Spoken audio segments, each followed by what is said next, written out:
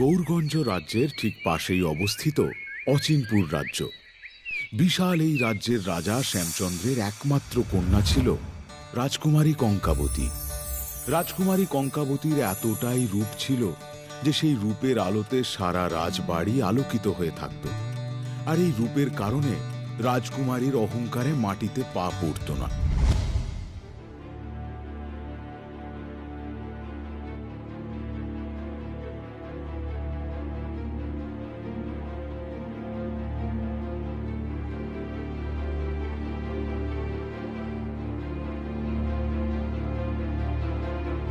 সবকিছুর মাঝে রাজা শ্যামচন্দ্রের একটাই চিন্তা ছিল, সে তার কন্যার জন্য কিছুতেই